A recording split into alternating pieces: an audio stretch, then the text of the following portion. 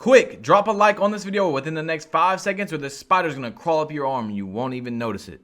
Welcome back, Plug Nation. It's your boy Badge Plug, and today, man, we got a super important video. You already know I'm not gonna waste your time, so whatever you gotta do, make sure that like button is blue, hit that subscribe button if you're new, and let's get into the news. So Grinding DF on Twitter said, in 5 words or less, give me something we need to see in NBA 2K22.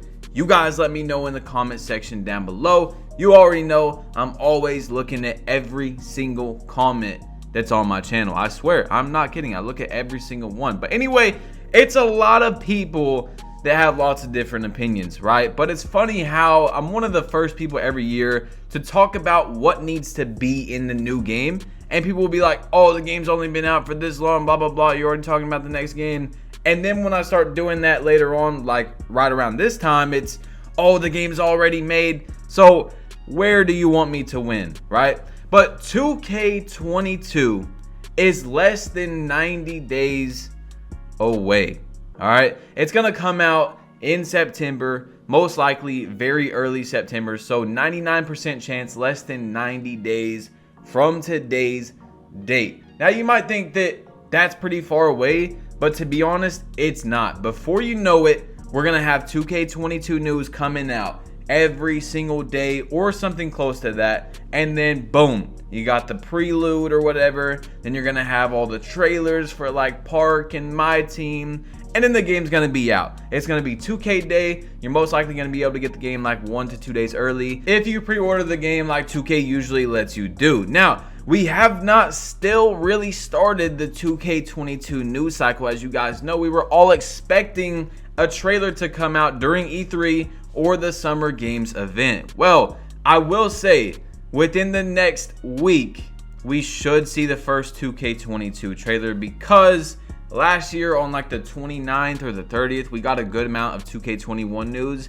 And I expect 2K to start the cycle really soon because they have been quiet. You've seen in the last video, one of the people that works for 2K had a picture on Twitter of a 2K22 jacket, 2K22 coffee mug, stuff like that. And then we've also seen, maybe you've seen TikTok from Ronnie2K where it was really cringy, of course, but it was about 2K22. Now, in his Discord, I'm not 100% sure if this is real or not, but Ronnie said, LOL, I could barely get out of bed this morning, blah, blah. And then he said at the bottom, I'm not actually in bed, just to be clear. I'm in the 22 lab. So I'm not 100% sure, like I said, but I don't know why anyone would send me a fake Discord of Ronnie2K. So he's in the lab for 2K22, which means the game is being tested and looked at. And maybe this time they're actually going to test the game before it comes out. We talked about 2K might have an alpha or a beta for content creators to try out before even the prelude drops, to get a lot of the issues out of the way before that even comes out. So hopefully that does happen. Now, on TikTok, Ronnie2K got ratioed with the mean ratio. Trends over, pack it up, 71 likes. He said, pack up this ratio, fool, 38 likes. Boom. Counter ratio with the pack emoji, laughy face, 155 likes. Ronnie, you gotta stop, my guy. It ain't working. It just ain't working. Now, on Twitter, LuckDF said this: seeing Aiden and AMP meet up on live is lit AF. Really hope NBA 2K22 is hella lit or stuff gonna change. Seriously. And it's crazy because, like, I've been talking about, and a lot of people already just, you can kind of feel it in the air, that 2K22 is make or break for a lot of people. And I'm not just talking about content creators. I'm talking about loyal 2K fans, people that buy the game every single year. 2K dropped 2 games this year, and the majority of the people that play it did not enjoy it. You know what I'm saying? Did not like the game. Some people hate the game. You know what I'm saying? The majority of the people disliked the game. Anyway, this was said by Chad DF. We gotta pray that 2K22 is good, because this game, I mean, I've talked about it and we were just, you know, kind of going over it, has a lot of expectations. All right, you could say, oh, 2K21 next gen, you know, they didn't get to work on it a lot because we were in a pandemic. blah, blah, blah, whatever. No excuses now. Zero. We got a next-gen system with lots of new specs, and there is high expectations for this year. It's make or break for a lot of people. So, getting into that, like I was talking about earlier, man, 2K22 still has like 80 or 90 days around there until it comes out. So, a few quick things I want to tell to 2K, and you guys can let me know in the comment section down below what you think I should tell to 2K, and if I like your comment, I might just put it into the next video, is that whatever you do with the park or affiliations, does not matter, still it needs to be separated from the city or the neighborhood, okay? That's one of the most important things right there. Off the bat, complete quality of life upgrade, because people that are in the haircut place or Swags or Gatorade facility are taking up space in the park, whereas you could have one designated spot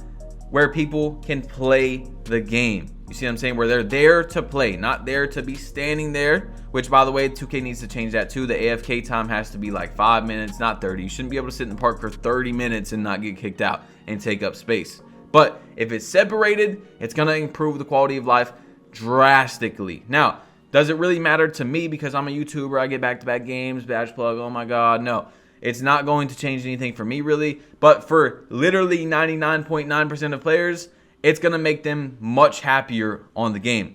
Next, new level rewards. On 2K21 Next Gen, you guys, I don't even understand what in the hell happened in that meeting where someone said lightning arm sleeves for a level reward.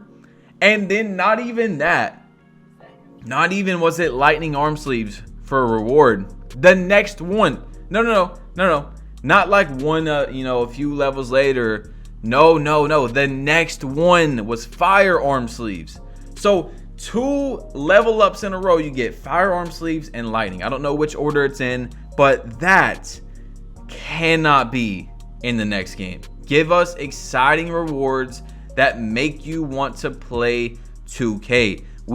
A lot of us have already seen people that have hit legend. We've already hit legend, a bunch of us, and we've unlocked these rewards. We've seen people do it over and over. We're tired of seeing the same things. We've had basically the same rewards since 2K18. There has to be an incentive to play the game. That is my number one, okay? Number one for 2K22. Everyone's got a different opinion, a different perspective, but the number one reason for me to constantly play 2K is to grind and unlock something that I can flex or something that's going to make my player better, blah, blah, blah. If you think about all the games you've played in your lifetime, think about the top 3, top 5 that you spent the most time on. I bet you 2 or 3 of those is something that you grinded to make your guy better, or to have a custom skin or a camo or something on your player or whatever that makes you happier, that gives you an incentive to constantly get back on the game every day, to go, man, I really need to grind so I can unlock this item right here. Or you see someone walk past you, or you're in a game with someone and they got it and you're like, all right, that's it, I'm starting my grind for it. You know what I'm saying? That is what 2K22 needs, an incentive to play the game and want to get on. The next thing that is the most important, and I know it sounds crazy that I put that first before this, but the game needs to be tested. I've said this so many times, 2K. Let's say 2K spends $1 million a year on their devs, right? $1 million for them to go all the way throughout the year, make the new game, blah, blah, blah. If they spend $2 million on adding more devs or more experienced devs, something like that, I guarantee you're going to make that money back and more. Why? Because the game is going to be more enjoyable, right? So if I like the game, I'm going to recommend it to my buddy, right? Then my buddy might recommend it to another friend.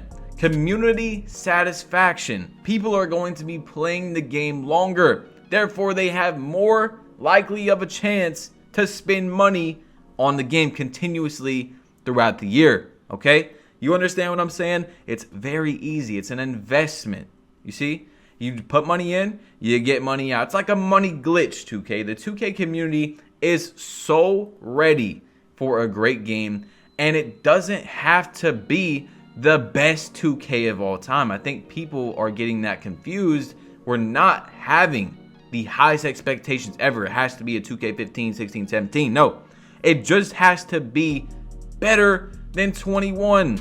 Maybe better than 2K20. You see what I'm saying? Maybe better than 2K19 or comparable to those games. Literally, that's all we need. We don't need the greatest 2K of all time, okay? The expectations for me, at least, I'm not holding my breath, are not that high. Although, I do have high expectations for 2K22 due to what we received this year. Now, the next one is so important that if it doesn't have it, it could mess up the entire year. We need a prelude for the game. We did not get a prelude for 2K21 next gen, and it honestly, like a lot of people will say that have played next gen, okay? I'm not talking about people that have just watched it, whatever. I will say it myself. I've said it many times that that game had potential to be a great game. One of the biggest issues with the game was the 6'7" power forward build that was way better, miles ahead of any other build. And guess how that would have been fixed? Easily, if there was a prelude for the game. That way we could look at the builder, we could say, because you know it was figured out within like a day or two that the power forward was just much better than any other build. This build is 20 times better. No reason to make anything else that's not a power forward 6'7", and boom, 2K could have went in and changed it up. You know what I'm saying? In 2K20, when the game first came out, yes, the playmaking shot creator was the best build because you could run, fade, run, fade, run, fade, and you wanted a high three-pointer and high speed so that you could do that. But otherwise, after patch 1, once they changed that, there was multiple builds that people were winning in competitive wagers, okay? Multiple builds where they were winning at high competitive stakes that could win anywhere. Offensive threat, playmaking shot creator, playmaking glass cleaner, two-way slasher, two-way slashing playmaker. There was a bunch of builds. You could name 6 or 7 probably that people were every day using in high stakes wagers. That's something that really set 2K20 apart from 2K21, is that in every wager, no matter what, 2v2, 3v3, of course, because the threes is always going to have a high 3-point build, like a playmaking shot creator. So it was a little bit different for threes. But 2v2, 3v3 does not matter on 2K21.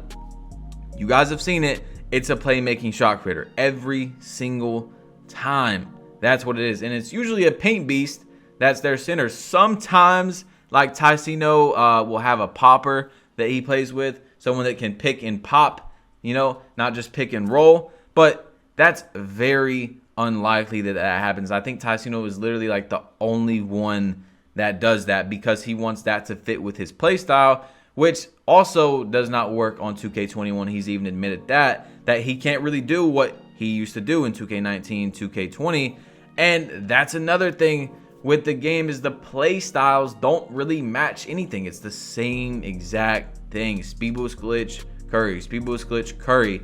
And before you go running to the comments and say, oh, well, Badgeplug, you do it too, and other YouTubers complain about it and they do it, it basically forces you to play that way. The game, because it puts you at a big disadvantage if you don't play that way. I would love to see the people that go into, now, I'm getting in hot water right now for some people, okay?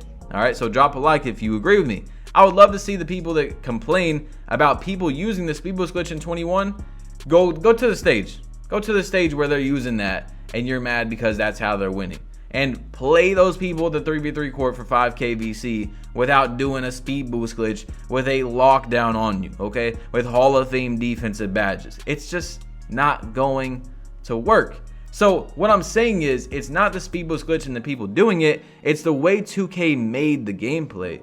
They basically forced it into the game. 2K22 hopefully is not like that. Hopefully there's nothing that forces you to play a certain way, a meta, because there was multiple metas in 2K20. You see what I'm saying? Basically what meta means, by the way, is the best way to win, the most efficient way to win. There was a bunch of ways. Now, of course, you could say the meta was a post score and a lockdown, but that was already looked at as if you do that and you win that way, and it's been like this for years, like, okay, congrats, you know, you won with a post score in a lockdown, no skill, whatever. It's way easier to win with that, so you don't get a lot of credit for winning with a post score in a lockdown on the 2 score. Okay, someone just spotting up or boxing out the guard, getting the rebounds while the post scorer is just throwing up post hooks. We all know that. Okay, that's an unwritten rule, right? But 2K20 for the most part had a lot of skill gap, had different metas. You see what I'm saying? So it didn't force you to play any sort of way. You could play however you really wanted to, and as long as you were good, you could make it work. You see what I'm saying? So 2K22, yes, it does need the separation from the city and the neighborhood, no matter if it's an affiliation or just one park, or affiliations or one park. Now, another idea that I said when Next Gen came out, which is I think an amazing idea, is that we don't have affiliations. Instead, to get the new parks, to get that new feel, that refreshing feel, because we've already learned that splitting up people is not the best thing, especially how this year there was 4 splits, 4 on just one system. And then so you have 4 on Xbox, 4 on PlayStation 4 between the 4 affiliations. That's 8 splits right there. Then on top of that, you have West servers, East servers, Asia, Europe. So you can only play people in your affiliation from that time zone. I mean, unless, you know, they join off a friend or something like that. But that's very unlikely that you're going to be playing people from other time zones. You see what I'm saying? So look at all those splits. That's 8. And then you have to take all 4 of those by the time zone, times it by everything. People on 2K21, on PlayStation, on Xbox. So the best thing to do, in my opinion, for 2K, the absolute best, most efficient, greatest thing to do is to have one park on 2K22, but every month or 2, it's different. This is how I did it when Next Gen came out. I said that it should be when the game first comes out, the first month. After a month goes by, you get a new park. After another month goes by, you get a new park. And then eventually 2K does like every other month, you get a new park. And I'm not talking about like the courts are different. No. I'm talking about you load in and it's like a Call of Duty map. You know what I'm saying? It's a different layout. They got something new to it, like really new. It's not gonna even look like the last park, or maybe a little bit similar, but not look like close to what the old one did. You see what I'm saying? So that would mean if 2K does 1 every month and then 2, you'd probably get like 5 or 6 new parks throughout the year, something like that. You see what I'm saying? Versus you could play in one affiliation, and people, we figured out this year, there's almost no need for affiliations because 2K did it wrong. Okay, people asked for affiliations, but they didn't ask to get the negative 50% less level. So almost no one even plays in other affiliations. You see what I'm saying? So they have them, but no one really plays in the other ones because they don't want to get that penalty every single game they play. All right, you guys let me know what's something important that you think 2K22 needs. Out of like the thousands of languages there are out there, today I decided to spit facts, okay? You can't really disagree with what I said today. And if you do, let me know what it is in the comment section down below. It's your boy Badge Plug. You've been plugged in. Hit that subscribe button if you're new. Drop a like if you haven't yet. And I'm out. Peace.